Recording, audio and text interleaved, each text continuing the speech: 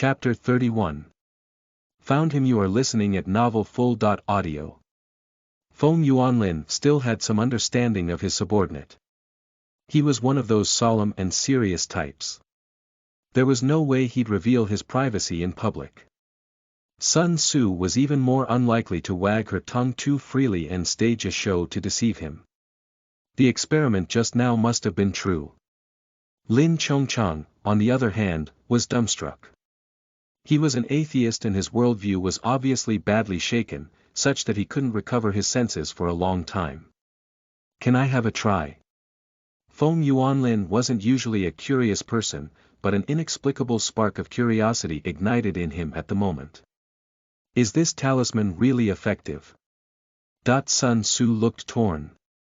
Director Feng, actually this talisman turns into ashes after several uses. This is the last one.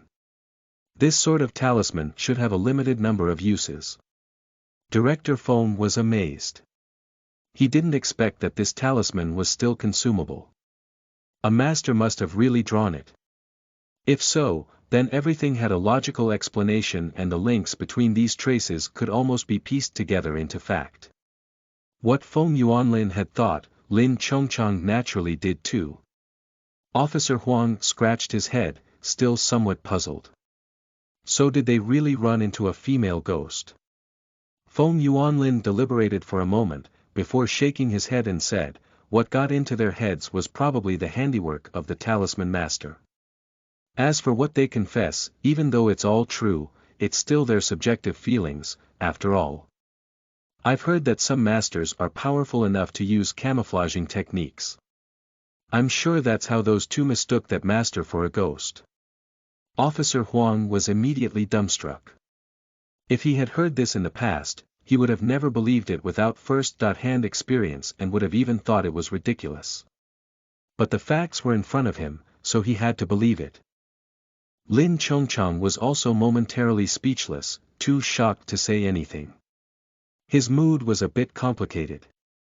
If supernatural beings really did exist in this world, perhaps his grandson could really see those ghosts and monsters. He found peace, but at the same time, felt pins and needles. He couldn't understand why that master, who saved his grandson, was slow to appear. While the group was caught up in their individual shock and ruminating on their thoughts, Feng Yuanlin's office landline suddenly rang.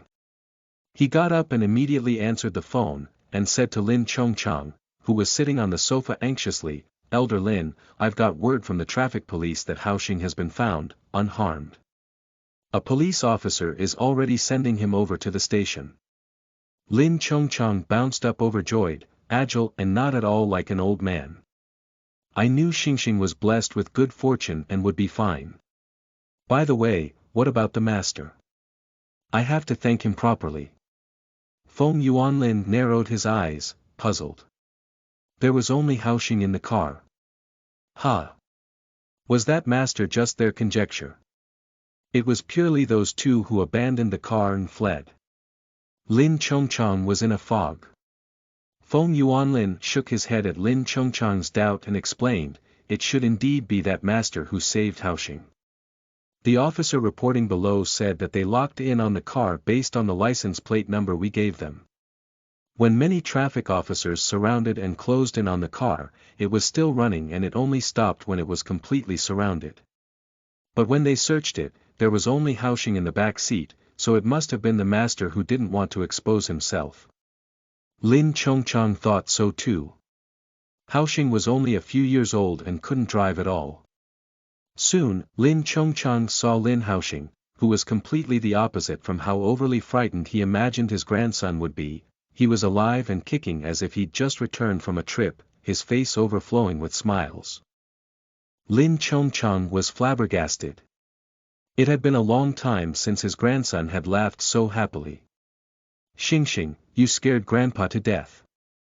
Fortunately, God has blessed us. I've been saying that our Xingxing is blessed with great fortune. Lin Chongchang examined Lin Haoxing up and down. Seeing that he was in perfect condition and unhurt, only then did he put his heart at rest. It's not God's blessing, it's sister who saved me. Lin Haoxing's adorable delicate face was filled with adoration. Lin Chongchang looked at Lin Haoxing in surprise. Sister. How did she save you?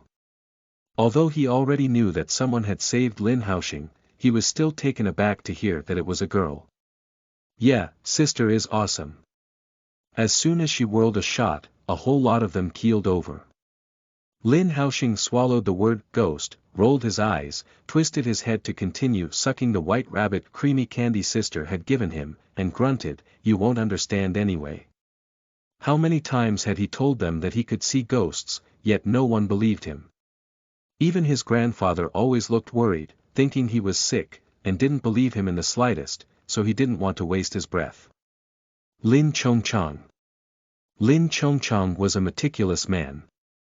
At a glance, he saw an extra red string on Lin Haoxing's neck tied with a Pisces jade pendant that even had a little blemish on it. As an antique dealer, his eyes were sharp, so he could tell at a glance that this jade pendant was worth a few thousand. It was only because of some flaws that it was cheaper. It had an ordinary style and wasn't worth much, but it looked familiar, as if he had seen it somewhere. Xingxing, did that sister give you this jade pendant? Lin Haoxing nodded and hid it in his clothes like a treasure, acting as if he was afraid of it being snatched away. Lin Chongchang was immediately nonplussed and a bit jealous. It was just a worthless piece of damaged junk, so did he have to treat it like a treasure? But reminded of the master's saving grace, he didn't force his grandson to take it off. On the other hand, Feng Yuanlin and officer standing on the side were confounded. It really was what they thought it would be. Someone had stepped in to save the day, and surprisingly, it was a woman. Lin Chongchang thanked Feng Yuanlin and took his precious grandson back to his mansion. Fan Ming and Lin Jingshi waited for news for a long time without seeing their son, and instead received a merciless phone call from Lin Chongchang, saying that he couldn't trust them and so his grandson would stay with him for a while. The two had no choice but to bow down to Lin Chongchang. However, after several days, Lin Chongchang never sent him back. Fan Ming was indifferent and still got up early and came home late as usual, obviously not so concerned about his crazed son, but Lin Jingshi missed him sorely. After speaking to Fan Ming several times, but getting no response, she had to go to Lin Chongchang's mansion by herself in bitter anger. Lin Chongchang was gratified to see his daughter coming. Although this mother was derelict in her duties, at the end of the day, she really loved her son beyond redemption. He looked at the reserved and apprehensive Lin Jingshi. Fan Ming didn't come with you. When Lin Jingshi heard her father asking about Fan Ming, she quickly tried to smooth things over for her husband. He wanted to come and miss Xingxing, but he's too busy. He shoulders all the company matters alone. Her intention was to keep her father from castigating Fan Ming, but she didn't expect it to be completely counterproductive. Chapter 32. Talisman Master. You are listening at novelfull.audio. Lin Chongchang never interfered too much in their affairs as husband and wife. Also, it was a matter of trusting them. But this time, his grandson was involved, so he had to investigate it. Never had he expected his heart, liver, spleen and lungs to ache with anger after the investigation. His son-in-law, Fan Ming, was really something, a wolf in sheep's clothing. He was cheating on his wife, keeping a mistress, raising an illegitimate child and divorcing his daughter. This time, he even encouraged and connived with his mistress to kidnap his grandson. Lin Chongchang found it hard to believe that Fan Ming wasn't trying to fill the holes of his company with the huge sum of ransom. Lin Chongchang fumed with rage, never expecting that his daughter would turn out to be totally besotted. She'd been played around for a fool, but she even covered up for Fan Ming repeatedly, and because of her connivance, it almost caused a catastrophe and killed Haoxing. He seemed utterly disappointed as he spoke. Lin Jingshi, how did my daughter, whom I raised wholeheartedly, turn out like this? Dad, why don't you know? Lin Jingshi panicked. It's all because of that mistress who took advantage of my quarrel with Fan Ming and seduced him. In fact, it's all my fault for having a bad temper, and Fan Ming wouldn't do such a stupid thing either. Dad, don't worry. He broke it off with that mistress long ago and will return to the family. Besides, I'm doing it for Xingxing, for our family. He can't live without his dad. Lin Chongcheng sighed deeply, turned his head and closed his eyes, not even bothering to look at her. Then, he pointed to the door and blurted out, "Fine, good going, Lin Jingshi. Go spend the rest of your life with the accomplice who hurt your son, and I'll pretend I never had a daughter like you." He instructed the butler nearby to kick her out, turned his back, and ignored her. Lin Jingshi was appalled at once and hurriedly asked, "Dad, what do you mean? What accomplice?" Eventually, she was thrown out without clarifying anything. In a small villa in Lanting Baipo Park. "Zhenbai, are you feeling better?" Zhu Buqing asked. Yesterday, Qi Zhenbai took medicine according to that prescription and suddenly passed out, scaring Zhu Buqing's soul away. He thought something was wrong with the prescription until the speechless Dr. Li informed him that Qi Zhenbai was asleep. Only then did he let out a small sigh of relief. Qi Zhenbai nodded slightly, lifted the covers, pulled the curtains open of the floor-to-ceiling windows, craned his neck, and stretched his muscles languidly. He hadn't slept so soundly until dawn in a long time, and he felt so refreshed.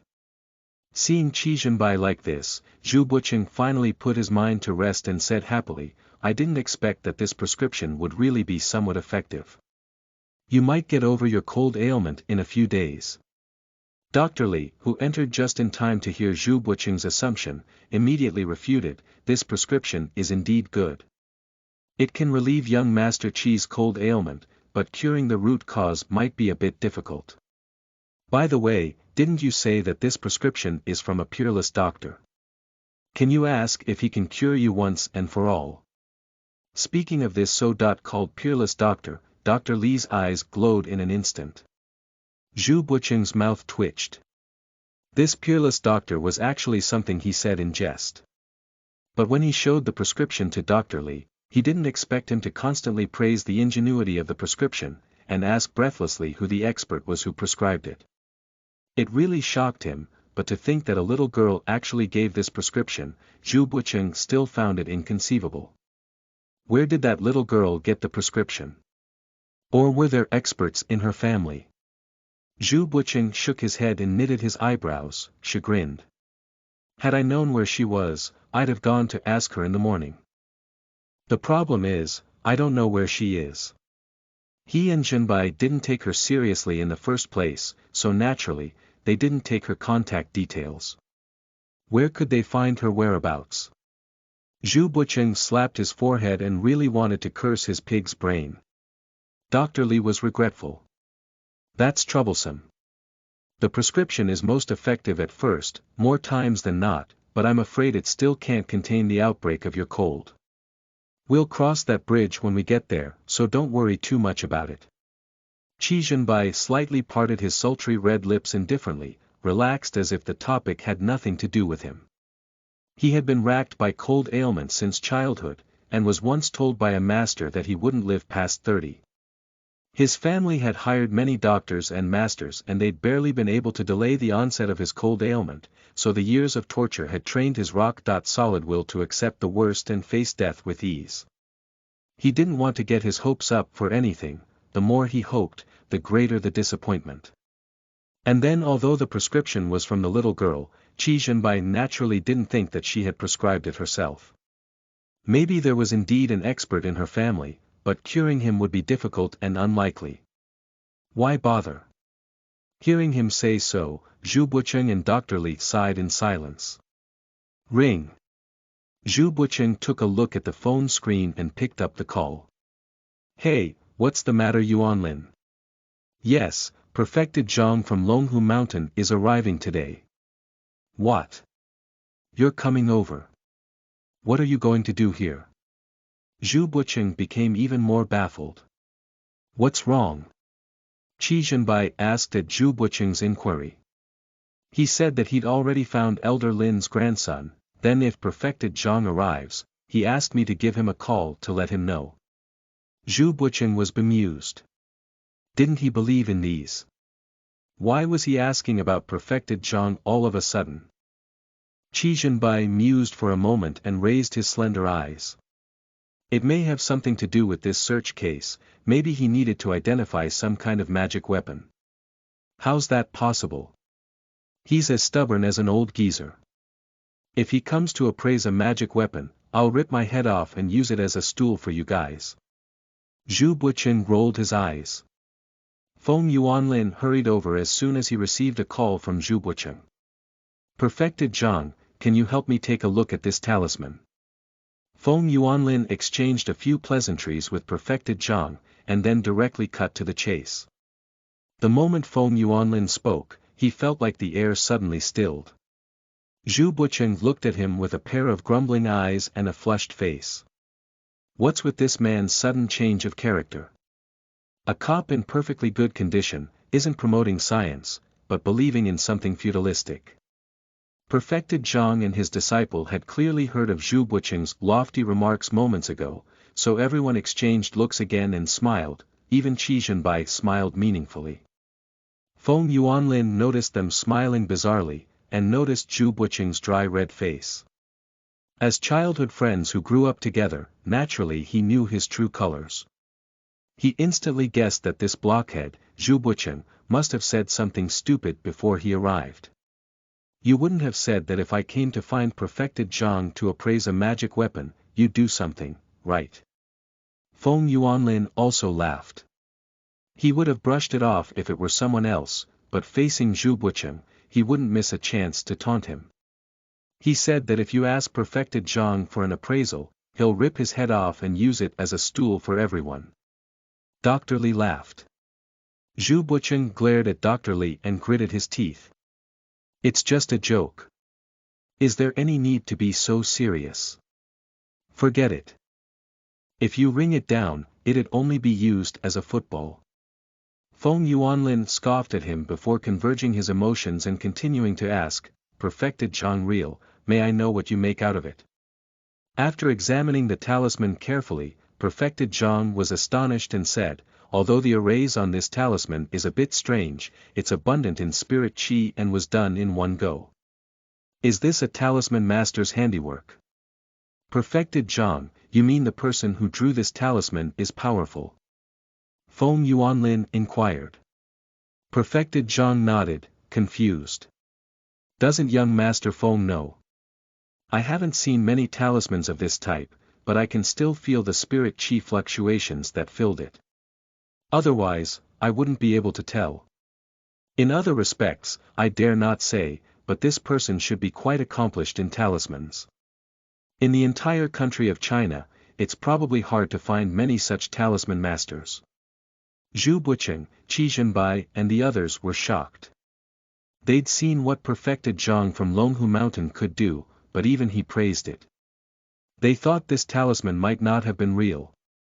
It turned out to be extremely good. F***ck, Feng Yuanlin, when did you meet such a talisman master? Zhu Buqin was amazed. Feng Yuanlin shook his head helplessly. How would I know? Do you remember what I told you? This talisman master saved Elder Lin's grandson from the kidnapping, but she didn't show up. She just stuck talismans on the two kidnappers, and they turned themselves in. Holy sh**t, that's magical. When did such a character exist in Fuzhou? Zhu Buqin was aware that those masters were hardly ever easy to tackle. Many of them were arrogant, with varying natures and personalities.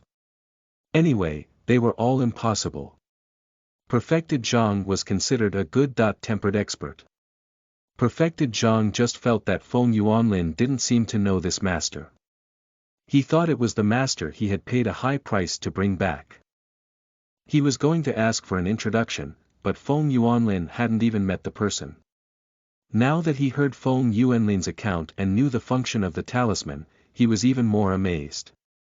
He only made out the spirit qi of the talisman, but never considered that the talisman could have such functions. Even the most powerful talisman master on their Longhu Mountain wasn't capable of this. Yuanlin, then you guys should buy more of these talismans in the future, then you'd be able to solve cases at will.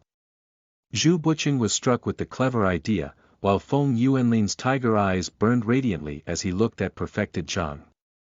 Perfected Zhang smiled bitterly and shook his head helplessly. Not to mention the abundance of spirit qi on this talisman, few powerful and deep-seated celestial masters can gather this. This type of talisman is rare even to me and extraordinarily non-mainstream. I'd like to ask young Master Feng if we could take this talisman back and study it. Naturally, Feng Yuanlin agreed to his request. Deep inside, he clicked his tongue in wonder.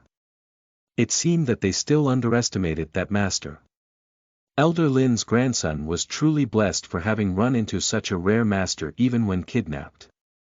Perfected Zhang, can you spare some time to see Elder Lin's grandson? Qi Zhenbai asked. Of course, I'd give young Master Qi this face. Perfected Zhang smiled sage-like and promised to do so. After Perfected Zhang left, Zhu Buqing lamented, if I had asked, Perfected Zhang probably wouldn't have given a damn about me. Zhenbai's face is still big. Qi Zhenbai shook his head, a reserved smile hanging from the corner of his mouth. He was giving me face there, and wanting to ask Elder Lin's grandson something. Qi Zhenbai thought to himself that he might have some stature towards mortals, but he didn't think he had that kind of prestige towards the celestial master circle. In fact, he was undervaluing himself. If Qi Shuyan had heard him, her head would have fallen off. Qi Zhenbai's little nudge instantly enlightened Zhu Buqing. He too noticed that Perfected Zhang seemed a bit interested in that talisman master. Chapter 33. Subway Pervert. You are listening at novelfull.audio. Qi Shuyan got on the subway muddle-headed, and seeing no seats around, she was forced to stand by the window. She gripped a handrail, closed those large round feline eyes and squeezed in the corner, slouching laggardly against the subway car wall. Her pretty, delicate face was bloodless and her skin almost transparently pale, as if she was sick and listless. With her hair tied up blindly in a bun, natural tendril curls hung down her temples. These few days had been torturous for Qi Shuyan. Since the day her Yin ghost Gonfalon had eaten too much ghost qi and Yin qi, that extreme pleasure ended in sorrows, causing her some indigestion. She had been drowsy all day and just wanted to sleep. Soaking in medicinal baths could have alleviated it a bit, but coincidentally, all the herbs at home were also gone, so she needed to go shopping again. She'd been drowsy and put it off, explaining her frail appearance today. She still had overestimated her physical fitness. With the few remaining shreds of clarity in her head, Qi Shuyan thought about how she never seemed to have encountered this kind of indigestion problem in her previous life, and was instantly saddened by the reminder that she had a strict master controlling the overall situation. In a daze, Qi Shuyan felt as if a lot of people were pouring in, like sardines tightly packed together. She frowned, listening to the movements outside. Feeling someone squeezing onto her, she felt uncomfortable, so she subconsciously pressed against the car wall, but her eyelids were too heavy to lift. Qi Shuyan didn't know if it was a misconception, but when she squeezed an inch inside, the person behind her followed suit, even jostling forward again and almost attaching himself bodily to her. However, she soon realized that the man was doing it on purpose. After sticking to her, a hand crept up her waist when he noticed that she wasn't moving. Now, Qi Shuyan had completely sobered up. Her fingertips pinched the palm of the hand and she opened her eyes to see a plain-looking, middle-aged man in his 30s or 40s very close to her. His eyes were looking at her lustfully, with one hand holding a briefcase to cover his other unruly hand. Seeing her awake, that unruly hand didn't withdraw at all, and instead stroked lower and lower, with a certainty that Qi Shuyan wouldn't dare say anything. Qi Shuyan took a deep breath, gritted her teeth, and stomped directly on the man's foot, warning coldly, "Get away from me." After warning and pushing the man strenuously, she squeezed in another spot. "Hey, this little girl is so rude. I just accidentally squished you. Why did you have to get angry and step on my shoes? Do you know how expensive my shoes are? Noticing the attention of the crowd shifting over to him, the man felt a little guilty and deliberately put the blame on her. "What's your unruly hand groping for?" Qi Shuyen pinched the bridge of her nose, looking a little beaten and sleepy, her half-lidded eyes hooded with a layer of mist. She had chosen to take the subway because she couldn't stand the smell of taxis and a bumpy bus ride, completely forgetting that the subway was just as crowded in the morning. With so many people, the odor was nowhere near as good, making her want to vomit terribly. But of more concern was the fact that she had come across a pervert. When everyone heard Qi Shuyen's words, they looked at the man skeptically. The man flushed red under their scrutiny and exploded into rage from the embarrassment. "This girl is too shameless. How old am I to take advantage of you? With the car so crowded, bumping and squeezing is normal, so don't you dare talk nonsense and ruin my reputation." Qi Shuyen gave him a mocking glance, not bothering to argue with him. She really didn't have much energy to argue with anyone and squeezed over in another direction. Now that Qi Shuyen had turned around to leave, the man thought he scared her. Looking at how pretty and young she was, he decided that she was easily deceived and cajoled. Naturally, Zhao Hai was reluctant to leave her just like that. It was the first time he'd run into such a good-looking girl on the subway, and she looked unwell, moving slow and sluggish. It didn't really hurt when she stomped on him.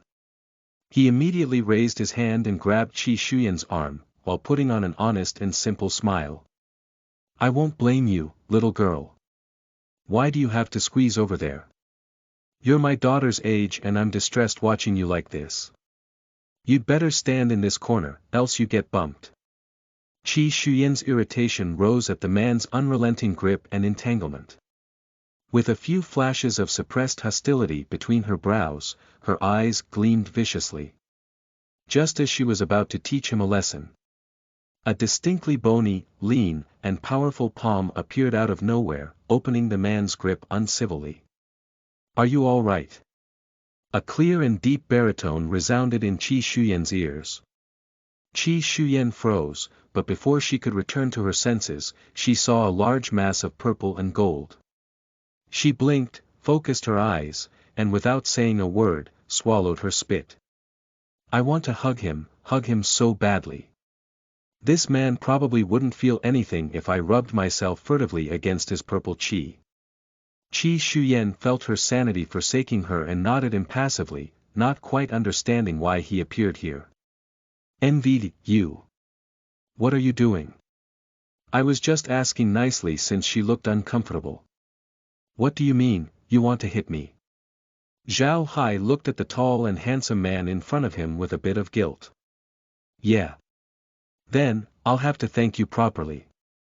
Qi Zhenbai raised a seemingly shallow smile and extended a palm. "Ha ha ha, well said, just don't misunderstand me, brother. We're all outside, so we should all take care of each other. I'm just quite warm." "Ah." Before Zhao Hai could utter the word "hearted," Qi Zhenbai fiercely grasped the hand that dared to reach over. Then, there was a loud scream. Qi Zhenbai, tall and cold, with one hand in the pocket of his black trench coat, twisted his hand cleanly, and with just the cracking of bones, the wretched pervert's wrist was bent and dislocated. "Be more disciplined with your actions next time," Qi Zhenbai advised icily. Meeting Qi Zhenbai's cold and austere gaze, Zhao Hai was so frightened that his legs weakened and he broke out into a cold sweat. He nodded repeatedly and fled. Qi Zhenbai ignored the crowd's eyes, which were either amazed or curious, and walked towards the unsteady, pale Qi Shuyen. Looking around, he could only suppress a touch of revulsion to human touch and pulled her to the corner where she was just standing and squeezed. He braced both arms on Qi Shuyen's sides to give her a luxurious space. The tip of Qi Shuyen's nose was filled with Qi Zhenbai's cool clean, woody scent, along with a whiff of medicine. It didn't smell bad, rather it made her relax a bit. She tilted her head up and found that Qi Zhenbai was really very tall. Visually, he should be at least 1.8 meters, close to 1.9 meters. He looked slim, his skin as white as jade, and his lips as red as fresh blood. His features were finely sculpted, deep and handsome, evocative of a courageous, sick beauty. But having just easily taken down a grown man, he should be pretty powerful. What a coincidence. Qi Shuyan grinned, her large, round feline eyes curving into a crescent moon. It isn't. I just saw you entering the subway station. Qi Zhenbai's voice was as clear and cold as jade. Oh, thank you all the same. If Qi Zhenbai hadn't taken action, she would have definitely struck heavily in light of her impetuous breath just now, but the aftermath would have been troublesome. Qi Zhenbai nodded, thinking that she was thanking him for dealing with the pervert. Icy eyes shifted over her pretty white face, and he hesitated for a moment before saying, "Pay more attention next time you go out." However, as his eyes wandered down her dainty body, unease still crossed his slender eyes, and after a moment's pause, he suggested in a deep voice, "It's best if you go out with company." Apparently in his eyes, she wouldn't be able to cope or would be at a disadvantage when she ran into such matters, given her dainty physique. Looking at how he was advising her so seriously, Qi Shuyan didn't look away, but almost burst out laughing. She didn't say that even a dozen men like that pervert couldn't scare her at all. Chapter 34. Awkward. You are listening at novelfull.audio. With hints of smiles still in her eyes, Qi Shuyan pursed her red lips and inspected him animatedly once more. Are you feeling better this time? Has your cold eased? Qi Zhenbai nodded, his profound handsome face devoid of any emotions.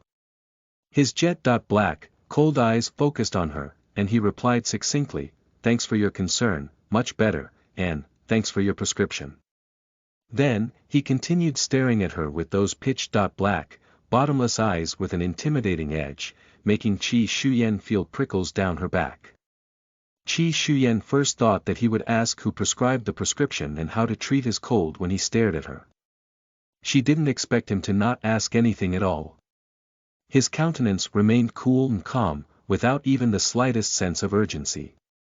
This reaction was simply abnormal, as if he wasn't the one with the cold, and whose life was on the line. Qi Shuyan rolled her eyes, and made up her mind spitefully to see how long he would hold back asking. The subway stopped, and the large wave of commuters waiting outside made a headlong rush and surged in like a tidal wave. The force of that sudden squeeze made many people in the car rub shoulders and step back involuntarily, crowding in together like a densely packed can. Even Qi Zhenbai, who had obviously never experienced the spectacular subway morning rush, wasn't spared.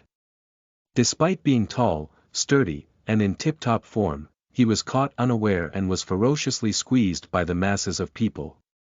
His tall figure stumbled forward and directly weighed down on Qi Shuyan, his solid body against hers, flesh to flesh.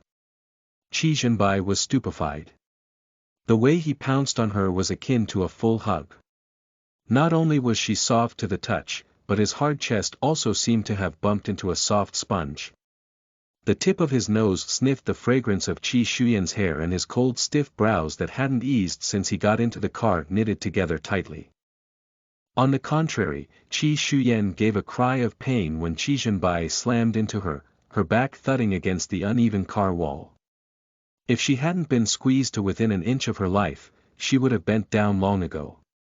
Qi Shuyan never expected that Qi Zhenbai would look as handsome and elegant as a sick beauty, but his chest was as strong and hard as a rock. "How are you doing?" Qi Zhenbai's pair of slender eyes that were raised upward were slightly worried and apologetic. Qi Shuyan had just had the sense to resist the pull of his purple qi, but now that he was holding her tightly, she wished she could use both arms and legs. She buried her face deep in his chest and took a few deep breaths. "It's too comfortable." It was too comfortable that she forgot she was on the subway. A moan escaped from her pink lips and trailed off quivering. Fortunately, the car was noisy and her moan was low, so only Qi Zhenbai heard it clearly and his face stiffened. Qi Zhenbai's chest trembled. His cold steely face grew more rigid, and the veins on his head throbbed violently. Qi Zhenbai really almost lost control of his desire to fling her out. Unfortunately, the subway was overcrowded. This perhaps was his first encounter with someone taking advantage of him so openly and honestly. He looked down for a glimpse and was caught off guard by her rosy and coquettish cheeks. With her pink lips still gasping and moaning softly and seductively, a dense bead of sweat oozed from his forehead. He would never believe it if this girl denied seducing him. Somehow, Zhu Buqing's words about how this girl looked at him suddenly popped in his mind. His eyes flashed awkwardly while growing stiffer. Silence hung in the air. Fortunately, Qi Shuyan woke up soon after taking liberties with him, and the expression on her face grew rigid as well. She blushed, even more so at the thought of the last time she touched this man, and he wiped his hands with a handkerchief in disgust to her touch. This time, she took advantage of him so cheaply, so how much would this man disdain her? If there was a hole in the ground right now, she really would have buried herself in it. This is too embarrassing. What should I do? What if this man thinks that I was deliberately seducing him? But I've already taken liberties, so can I even give them back? Qi Shuyan released him at once and shamelessly acted as if nothing had happened, forcibly coughing out a few words, "Sorry. I just had an attack." Qi Zhenbai couldn't help drawing the corners of his mouth. Thinking of the prescription she gave before, he hid the complexity and pensiveness under his eyes, and replied nonchalantly, "It's nothing." But when the two separated again, there wasn't too much space in the crowded car, so the two were still attached to each other. Qi Zhenbai definitely noticed Qi Shuyan's discomfort. However, this time, his eyebrows and eyes were as distant as the mountains. His nose was high and narrow, his scarlet lips pursed into a straight line, deep three-dimensional, handsome and extraordinary face didn't change at all. He stretched his two ape arms on the railing and wall of the car and squeezed out hard, taking advantage of his height to make room for Qi Shuyan and causing several people behind him to cram and stagger again. "Ah, young man, don't push. My old bones are going to crack." An older woman behind Qi Zhenbai yelled in an anxious complaint. "Yeah, why are you pushing? Can't you just hug your girlfriend and put up with it for a while?" When Qi Zhenbai heard the aunt's complaint, he paused. In this interval, the aunt, like an old tree with roots, not only stood firm, but also pushed back with all her might. Thus, Qi Zhenbai was thrust back to the space he had just opened, unable to move a tiny step. Traces of helplessness were sprinkled on his deep, handsome face, and his rather imposing, slender eyes solicited Qi Shuyan's opinion. "How about one climb up?" Qi Shuyan gave it a thought. After all, with their height and weight there, she would cause less damage if she jumped on him. Then, Qi Zhenbai clasped his hands around her waist and exerted some effort. Unfortunately, they were too jam-packed to be able to turn a hair. His jet-black, slender eyes flashed and he opened his lips, "I beg your pardon." He fastened two large palms on her butt cheeks and exerted all his effort, lifting her up on either side by sheer skill. This time, the process was smooth and short. Qi Shuyan couldn't restrain from simmering this time and blushed. "Did I go out today without looking at the Chinese divination almanac? It's over. It's over, I've taken too much advantage of him this time. Should I give a prescription to make up for it?" In a mansion, a sharp, clear child's voice sounded. Xing, what's the matter?" As soon as Lin Chongchang heard the shouting, he didn't even bother putting on his slippers as he rushed to Lin Haoxing's room, where he caught an equally alarmed and deeply worried Lin Jingshi in the hallway. Lin Chongchang's eyebrows furrowed, baffled at how she appeared there. Both of them quickly rushed into Lin Haoxing's room before they had time to speak. As soon as they barged into Lin Haoxing's room, they saw him cringing in the corner of the bed with his blanket, his eyes staring ahead in fear, as if something was attacking him. Just as the two were wondering, Lin Haoxing's jade pendant glowed green, launching an offensive. The greedy evil spirit that pounced on him instantly manifested in a twisted and terrifying shape, then screamed, escaping with a ghostly shriek. It was the first time that Lin Chongchang and Lin Jingxi had ever seen such a twisted and terrifying evil spirit. They paled, utterly frightened, and almost suffered from cardiac arrest. There really were evil ghosts. It was a refreshing outlook in their life and horribly terrifying. Lin Chongcheng stared blankly for a moment. He quashed his lingering fear and immediately stepped forward to check on Lin Haoxing. Lin Jingshi's tolerance, however, was evidently inferior.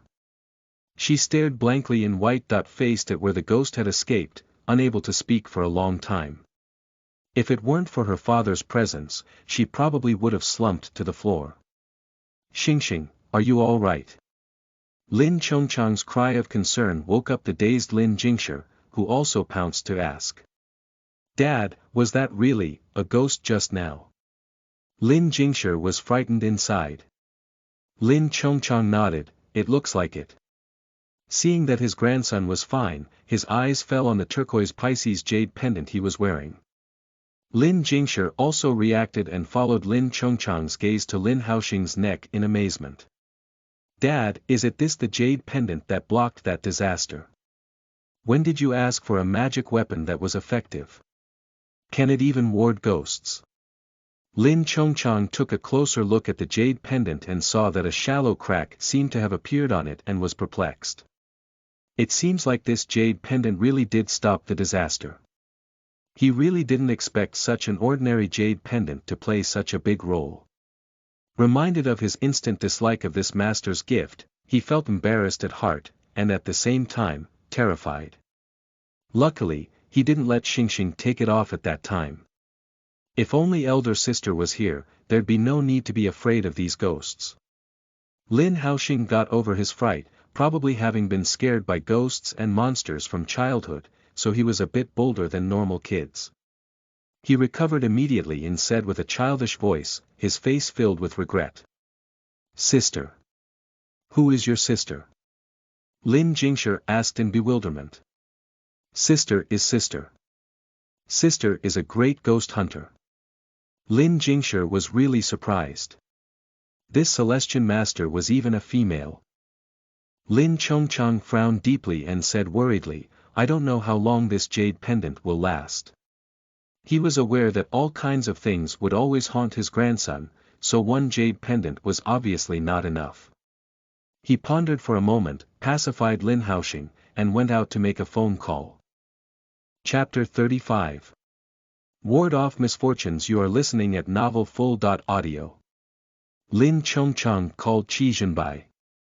He had heard that perfected Zhang from Longhu Mountain would come to Fuzhou and wanted him to come see Lin Haoxing. However, asking him wasn't easy.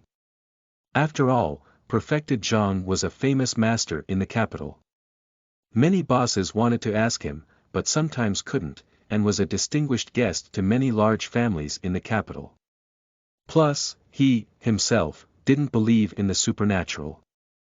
He wasn't at all convinced that Lin Haoxing was really haunted, so he mentioned it a bit in front of Qi Zhenbai, but never asked directly. But it was different now. He saw an evil spirit haunting his grandson Haoxing with his own eyes. This time, he cheekily and bashfully asked Qi Zhenbai. What he didn't expect was for Zhu Buqing to answer the call and tell him that Zhenbai had already mentioned it and that perfected Zhang would come to their door in a few days. This made Lin Chongcheng elated. He asked a few questions and was relieved to hear that Zhenbai was doing much better.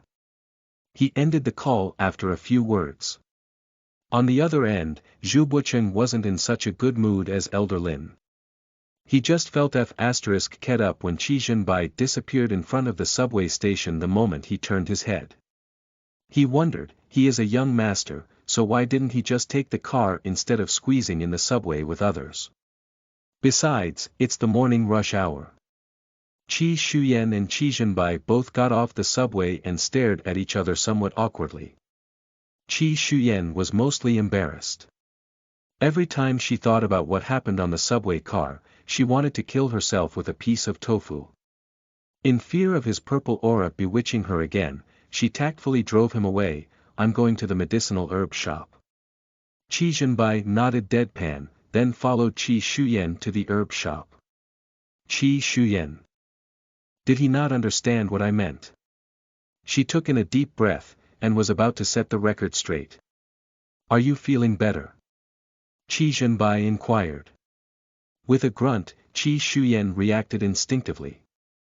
She was indeed uncomfortable earlier and had passed out several times, but it seemed that after intimate contacts with Qi Zhenbai, her indigestion from the aftereffects of the ghost Qi and Yin Qi seemed to have disappeared without a trace. Qi Shuyan looked up at Qi Zhenbai in a daze.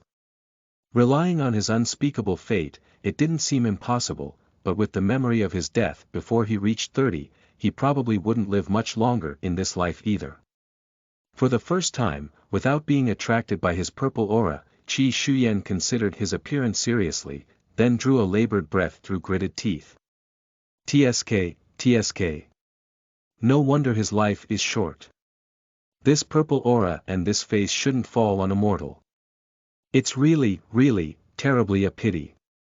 Qi Shuyan's mood turned complicated and she acquiesced to them going to the herbal shop together. She had the foresight this time to procure so many herbs that even the two of them couldn't lift. She could only have the herb shop deliver them. However, as Qi Shuyan was filling out the card address, Qi Zhenbai, who was next to her, glanced faintly and said he had a car. Qi Shuyan.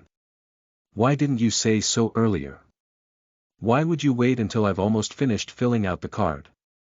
But thinking about it, she didn't have much of a relationship with Qi Zhenbai, so she shook her head and said, forget it, it's quite a hassle, and the card has been filled out anyway. It's no trouble, it's on the way anyway. Qi Zhenbai raised his slender eyes, a reserved smile always hanging on the corner of his mouth, yet hiding some surprise in his eyes. He, himself, hadn't expected such a coincidence. Qi Shuyan didn't understand at first, until Qi Zhenbai's crystal-clear, long, strong, lean fingers seized the card. Qi Shuyan blurted out, do you live near here? That was indeed a coincidence. Qi Zhenbai nodded and said nothing else. His shallow smile grew more vague while pulling a handkerchief to wipe his hands. Qi Shuyan choked. As if realizing it, Qi Zhenbai said elegantly, sorry, I'm a bit of a germaphobe and don't like crowds. Meaning, he wasn't averse to her. Oh. How could Qi Shuyan believe a word he said? Last time, I hugged you for a while, yet you were extremely disgusted and wiped your hands with your handkerchief for a long time. How much more now that you've carried me for so long?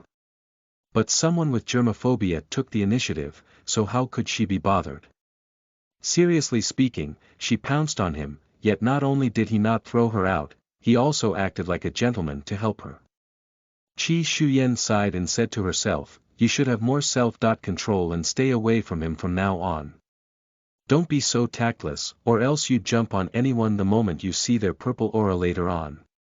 You can't blame others for being disgusted and be on their guard against you. It would be the greatest shame that could never be washed away. When Zhu Buqing drove to the herb shop, he was surprised when he saw Qi Shuyan beside Qi Zhenbai. He'd been worried about how to find the girl who gave him the prescription, but now that he saw her unexpectedly, how could he not be surprised? They sent Qi Shuyan home and Zhu Buqing was again speechless when he found where she lived.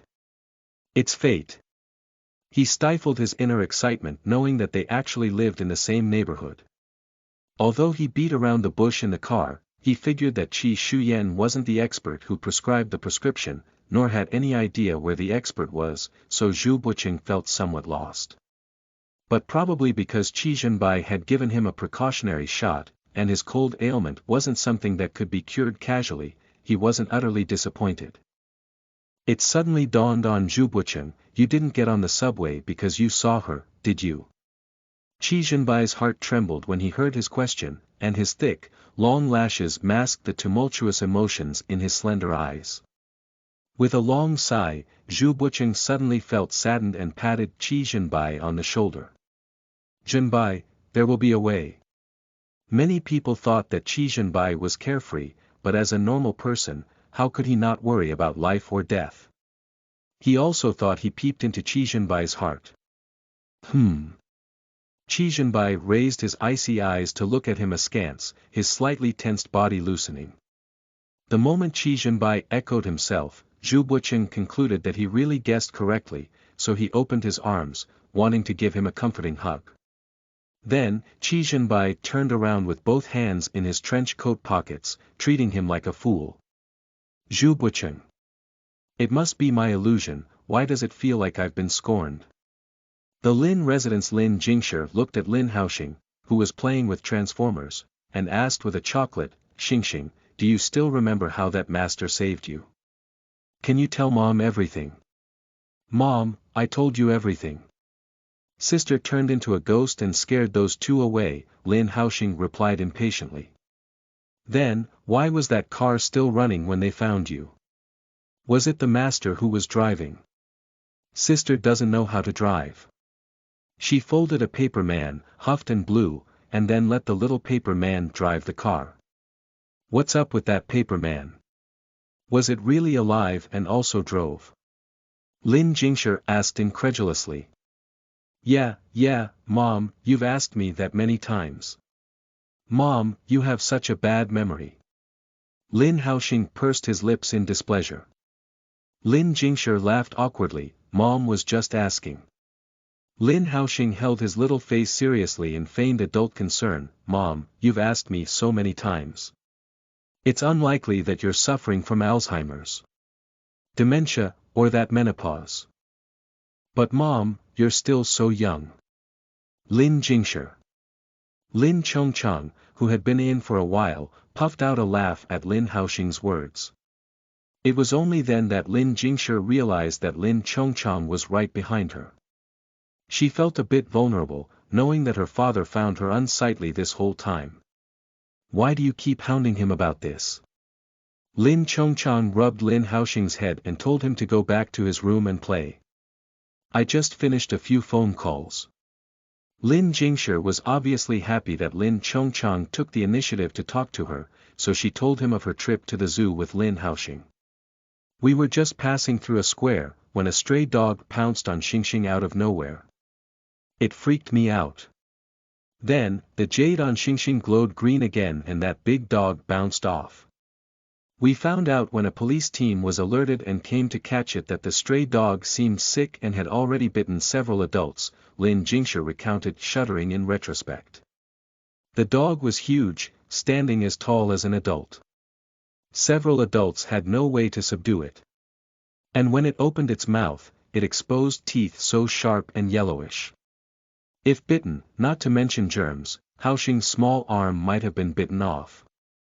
Lin Jingshi was still somewhat convinced of the jade pendant's usefulness.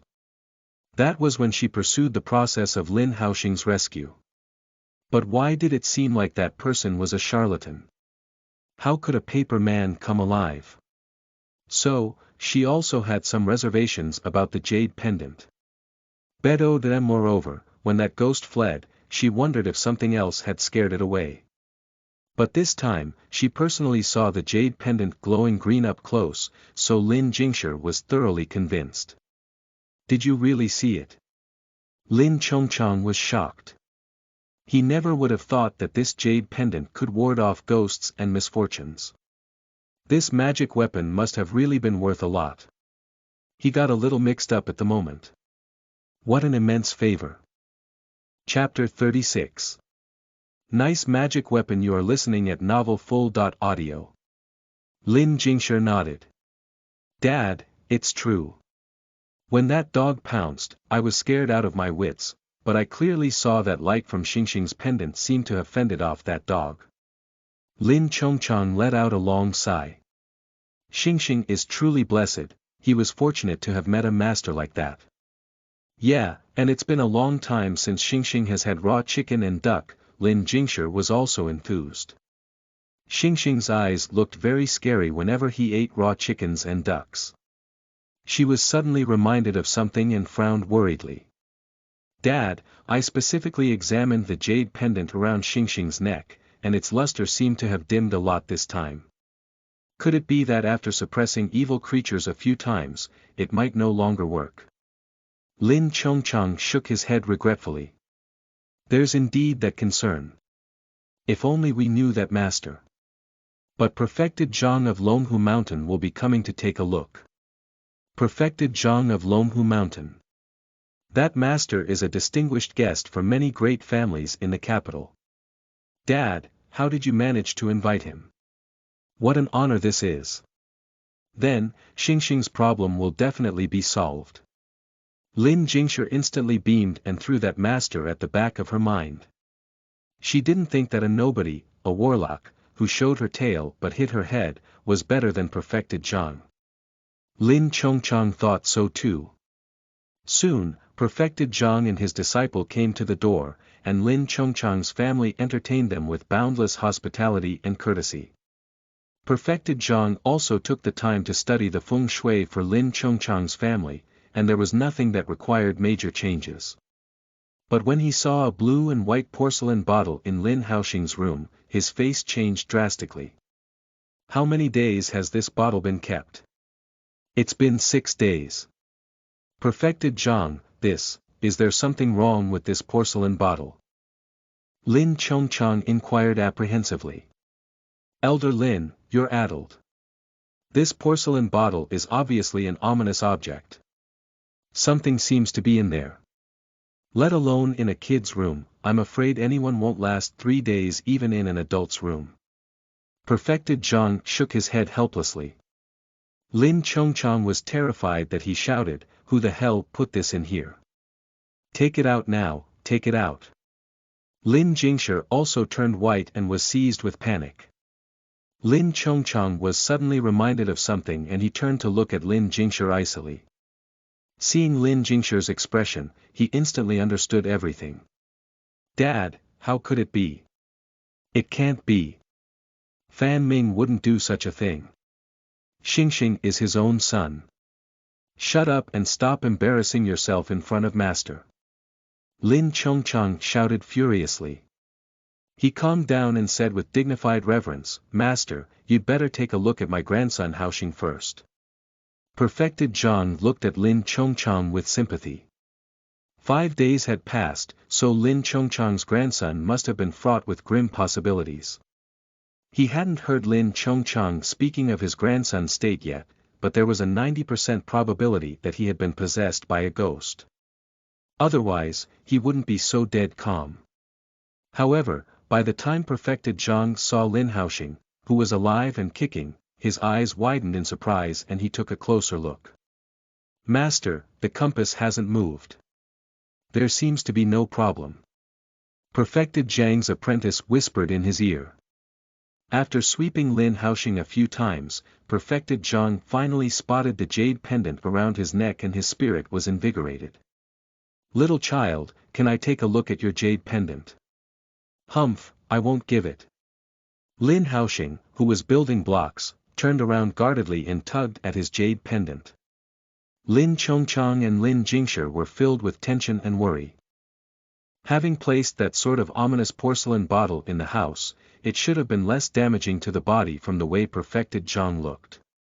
Both of them waited nervously for him to speak, but they didn't expect him to ask about the jade pendant. "Xingxing, dear, let Perfected Zhang take a look. He is really an expert, more powerful than your sister. He won't take anything from you." Lin Haoxing gave a suspicious glance at the man in a Taoist robe. "Are you really more powerful than sister? Can you hunt ghosts too?" "Yes, Xingxing, show Master quickly." Lin Haoxing curled his lips and huffed, "I may be a child, but you adults shouldn't always lie." "Sister is better than anyone else," Lin Haoxing grumbled before reluctantly taking off the jade pendant around his neck. Lin Jingshi was a little helpless. "Don't be ridiculous. How could Perfected Zhang not compare to your sister in catching ghosts?" Perfected Zhang's young apprentice on the side obviously wasn't convinced either and couldn't help but argue, "Little child, many families in the capital fall over each other to invite my master and he is also much more powerful than many little-known warlocks. Why would he rob your stuff? Then, I'll trust you for now. Remember to give it back to me. The noses of those who lie will grow longer." Lin Chongchang and Lin Jingxi were both embarrassed. Perfected Zhang, Xingxing merely trusts that master because she saved him. This child doesn't understand anything. Lin Jingshi rounded off the conversation. She, herself, didn't think that Perfected Zhang was inferior to that master. Perfected Zhang smiled and didn't speak. He took the jade pendant and after taking a closer look, he saw that the jade pendant wasn't worth much, but was abundant in spirit qi. What was striking were the arrays on it. This magic weapon is extraordinary. It's just that engraving these magic arrays on this jade pendant is somewhat. Perfected Zhang sighed. Such incomparably exquisite magic arrays engraved on such a flawed jade pendant were like a masterpiece painting on an oil-stained paper, a lone copy of a priceless book matted on the table, or even more so a precious antique porcelain used as a flower vase. A reckless waste of God's good gift. What's wrong with the magic arrays engraved on it, Perfected Zhang? Lin Chongchang was quite glad to hear the first half, but the latter part that Perfected Zhang was about to say made him a bit nervous, thinking that he was going to mention the downsides. It's nothing. This penniless priest just felt too bad for the magic arrays on it.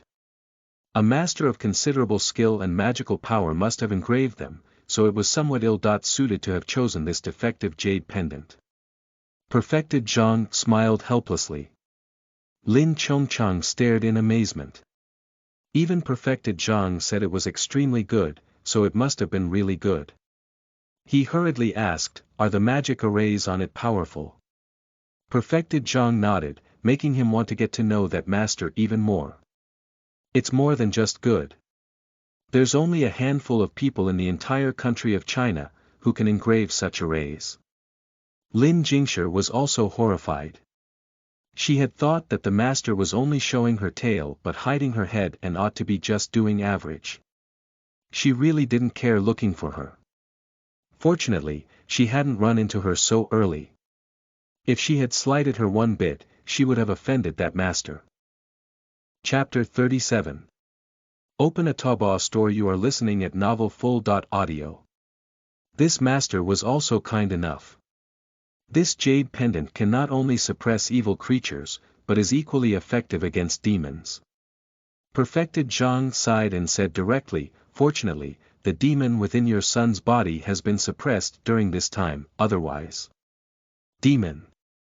Lin Jingshi was the first to blanch. "Master, what demon?" Lin Chongchang shuddered with fright and turned ashen-faced as well, suddenly recalling how his grandson has been eating raw meat a while back. "I heard that your son loved to eat raw chickens and ducks not long ago, and if this penniless priest is not mistaken, your son has a fox demon from one of the 5 great families dwelling inside him." Perfected Zhang lay bare the truth with one sentence. Folks often make offerings to the weasel, the fox, the hedgehog, and others, to pray for blessings and ward off disasters. There's just some problems with the way your son is making his offerings, and is rather deeply entangled. Little Foxy isn't a demon, it's a fox immortal. It's been protecting me ever since. It's just a bit voracious and always eating things I don't like, Lin Haoxing retorted. Lin Chongchang's tension eased at Lin Haoxing's response, and he looked at Perfected Zhang. "I've heard of them too. These 5 should be known as the 5 great immortals. Master, there should be no physical harm to Xingxing, right?" Perfected Zhang instructed his apprentice to take Lin Haoxing away, and only after they had left did he helplessly shake his head.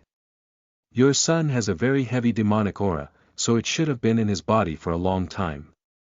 Separating rashly now would only damage your son's soul, but if this continues in the long run, the consequences will be dire." Lin Chongchang lost color and he nearly swayed. Lin Jingshi supported him, but he shrugged her off anxiously. "Doesn't Master also have any other means?" "Master, I beg of you. We only have this one child in our family." Lin Jingshi was equally anxious. "Master, please find a way. Only you can heal Xingxing, and we can also give you half of our property." She was on the verge of kneeling down. Perfected Zhang immediately thwarted her and helplessly said, "Madam, you mustn't kneel. It's really this poor priest's incompetence, not my unwillingness to help." Lin Jingshi sobbed immediately upon hearing this. Even Lin Chongchang looked greatly devastated. Perhaps that master has a way, Perfected Zhang blurted out. Lin Chongchang was startled. A glimmer of hope flashed in his eyes as he clapped back. That's right, that master must have a solution. Lin Jingshi also stopped crying, her face carried a ray of hope. Perfected Zhang sighed inwardly at their looks. He just drew them a big pancake. If that master could separate demons, she already would have separated it for Lin Haoxing and suppressed it with the jade pendant. This matter probably must have been troublesome and awfully tricky for her, too. Qi Shuyan lit a lamp and lay weakly on her side on the desk, looking at the huge stack of test papers and questions, slightly irritated. With 12 days still left before the college entrance exam, skipping classes was no longer an option, let alone going to her stall, but her cultivation also couldn't be put off. She could clearly remember that there wasn't long before that atrocious borrowing of luck, too, which was just days after the college entrance exams. Qi Shuyan clenched her fists, her nails gouging the flesh of her palms. This type of diabolic borrow luck array wasn't easy to set up, and could easily backfire if there was a mistake. Therefore, warlocks without some attainment would never dare to lay this kind of array out. She was afraid that the warlock was skilled, which was precisely the reason why she was laid low with endless dread, hesitant to take action, and desperate to cultivate. Qi Shuyan checked her card balance and only had 10,000 left. She couldn't even afford to buy a Ganoderma lucidum. A millennium-old Ganoderma easily cost millions. Furthermore, there weren't many people as stupid and rich as Su Yeren. She didn't have the reputation now either, so no one would ever come to her door, and even if they did, a whole bunch would probably turn about and leave after taking her age into consideration. Qi Shuyan banged her head on the ground. Why is life so hard? Ding! A message alert sounded, and Qi Shuyan picked up her phone and took a look. It was a Taobao customer service sales message. Dear, your online shopping reviews have exceeded. Qi Shuyan was in the mood to throw it aside, but then she had a sudden inspiration. If she couldn't set up a stall, then she could open a Taobao store to sell talismans. Qi Shuyan beamed happily and patted her forehead. Now was the era of online shopping. What even was a brick-and-mortar stall? Chapter 38. Love Letters. You are listening at novelfull.audio. Qi Shuyan quickly registered a Taobao store, and after a few days of approval, she would be almost able to upload her products. To Noel.n. After registering, Qi Shuyan continued to wield her pen energetically in the evening and pulled an all-nighter. She rubbed her brow. Although she didn't go to school daily during this crucial time, she brought home all the test papers and books that were handed out and did them without fail, making sure to spare time at night. Most importantly, Qi Shuyan vaguely remembered that the college entrance exam questions in her past life were much harder than the previous ones, so the teachers who came up with the exams were cursed miserably. It was also for this reason that several top students tested badly. It should be said that a lot of this year's examinees tested badly, but a dark horse simultaneously emerged in their school's senior class. Compared to his usual grades, that student would have been in danger of going to a third-tier school, but his performance in the college entrance exam was extraordinary, with his score freezing a few points below the minimum passing score. Although it was impossible for him to go to a first-tier school, good second-tier schools were up for grabs, so this gave rise to a lot of attention from schools and the outside world. Usually, even if a student went over the top, he wouldn't go too far beyond his strength. It was only when they went over his review materials that they discovered he had happened to buy an unheard of book. Many of the exercises on that unsaleable review material were linked to the college entrance exam questions. Once the interview was aired, that review copy was sold out. Qi Shuyan actually bought that same review material in her past life. Unfortunately, she only had time to do one page before Feng Yanli borrowed it to practice. Qi Shuyan gave it to her, seeing that she liked it. Feng Yanli merely borrowed it on a whim. She did all of the multiple choice questions in that set, but left the difficult questions blank and answered only a few sheets. It was also because of this that she excelled in the exams and was admitted to the best school everyone yearned for.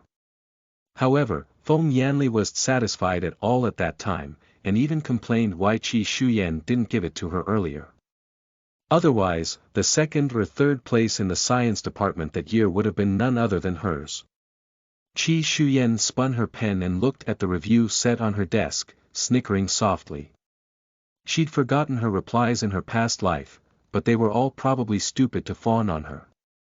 When Qi Shuyan returned to school, she saw a pile of colorful letters, candy, chocolates, and beef snacks almost filling up her drawer. What are these? Qi Shuyan frowned and emptied her drawer of the letters and snacks on the table. Her desk mate, Li Xiaoting, grinned cheekily with envy, holding her chin with both hands. What else? Of course, they're love letters from callow boys. Wow, this beef seems to be imported. A lot of snacks seem to be imported. Shuyan, you're blessed, she said while swallowing her drool. If you like them, you can have them all.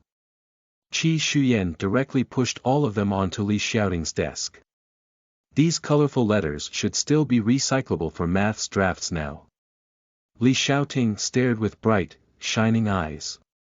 Shuyan, are you really going to give me all this food? Then, I'll help myself. Qi Shuyan nodded. It's not mine anyway. But these letters are really quite pretty and they cost several yuan apiece. Won't you look at them? Li Xiaoting probed curiously, but felt like a criminal looking at these letters. Can I just have the snacks? These letters are for you, I'd rather not have them. No, if you don't want them, then I'll ask Shujun. Qi Shuyan then moved to tap Jing Shujun at the front desk. Li Xiaoting immediately tugged on Qi Shuyan's arm. Oh my, don't be so heartless. These aren't enough for me to eat between classes. She quickly gathered the pile of snacks and letters and stuffed them into her drawer. Chapter 39. Mistress rumors you are listening at novelfull.audio. Lin Xiaoting clearly felt several sharp eyes sweeping straight toward her neck as soon as she said this. She was a bit embarrassed. In fact, a good portion of the pile of snacks and letters were from the boys in the back row. But looking at Qi Shuyan's pretty face, Lin Xiaoting composed herself. Anyway, Qi Shuyan gave her all of these snacks, plus she didn't look like much of a snacker, so she might as well take advantage of it, otherwise, someone else would. Li Xiaoting nibbled on chicken feet as she pushed the notes she had taken in class toward Qi Shuyan. Here are the notes from the teacher's discussion during the test paper reviews. Do you want to see them? I'd love to. Qi Shuyan was quite fond of this generous deskmate. She took the notes and read them, then pushed the set of review exercises on her desk over to her. I think this set is pretty good. Didn't you finish the previous set of exercises? They shared their learning experiences with each other, went to the bathroom together, but when they came back, they noticed the strange attitude of the whole class. A heated discussion was in full swing when they came in, which immediately quieted down to the point that even a pin drop could be heard. Many students looked at them with a bit of scrutiny, either looking at strangely or contemptuously. To be precise, these eyes actually fell on Qi Shuyan. The teacher isn't here, and there's no class. What are they looking at us for? Li Xiaoting was in a fog. Qi Shuyan shrugged and said nothing. A short, thin boy sitting in the middle of the back row, wearing thick glasses, suddenly stood up and walked up to Qi Shuyan with a bit of contempt and disappointment in his eyes. So, you're actually such a vain and superficial, casual girl. Qi Shuyan, who was criticized for no apparent reason, lifted her big round eyes and retorted wordlessly, Who are you? Nuts. The boy blushed and looked at Qi Shuyan with angry accusations in his eyes. Don't go pretending to be pure and lofty all day long. A shameless, trashy mistress is simply a stain to my liking. Who are you calling a mistress? You're a toad wanting to eat swan meat. If you can't eat grapes, count them as sour grapes. Before Qi Shuyan could get angry, Li Shaoting took the lead and exploded after hearing the ugly charge. What did you mean? Lu Qingfeng, make it clear to me. Need I say more? The facts are in front of us, Lu Qingfeng scoffed sarcastically. You. Li Shaoting still wanted to argue, but Qi Shuyan stopped her. This time, even the simple-minded Li Shaoting noticed with hindsight the strange looks from their classmates. Li Shaoting and Qi Shuyan went to their seats and poked Jing Shujun at the front desk indignantly. We just went to the bathroom, so how did it come to this when we returned? Who the hell fabricated this? Does anyone still believe in nonsensical news here? Jing Shujun also looked helpless and said, you guys should look at the school forum. Li Shaoting quickly swiped her phone open and saw the huge bold red headline. Alert! Alert! A department beauty in Ning'an First Middle School is being kept and is living a depraved life. An anonymous ID dropped the bombshell and wrote thousands of words at great length. It claimed that some girl was seen going out every day during the exam preparation period, getting into different luxury cars one after another, and being picked up and dropped off by different older men every day. The overtone of the allegations conveyed the girl's disdain for boys with no money at school and her preference for wealthy older men. Not just words, but a whole bunch of sneak pics were also posted. Hundreds and thousands of floors were built underneath, and the discussion turned heated and mostly abusive. I know this girl, she's the one who got kicked out of a class. I didn't expect she's debauched to this extent. She's too shameless.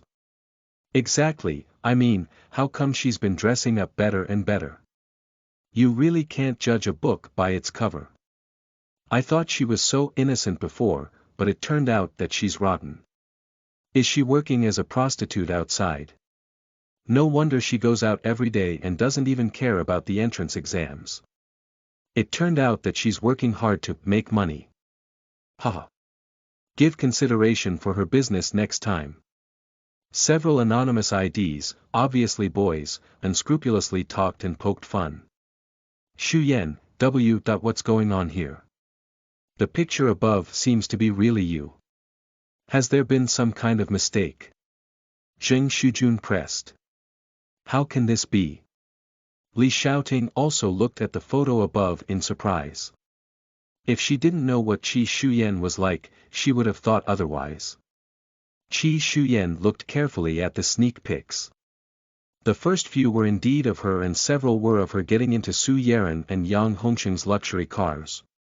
From her shape and side profile, it was clearly her. But the next few blurry ones of her at the bar, kissing a fat face, and being taken advantage of while keeping him company for a drink was clearly not her. Qi Shuyan sneered lightly. These real and fake photos were pieced together to create a preconceived impression, followed by a few large scale, blurred faces, and photos of similarly shaped escorts. This guy was really an expert at his job. Chapter 40. Prelude to Face Slapping. You are listening at novelfull.audio. The first few pictures are indeed with friends, but as for the last few pictures, I don't know where they found them, Qi Shuyan said calmly.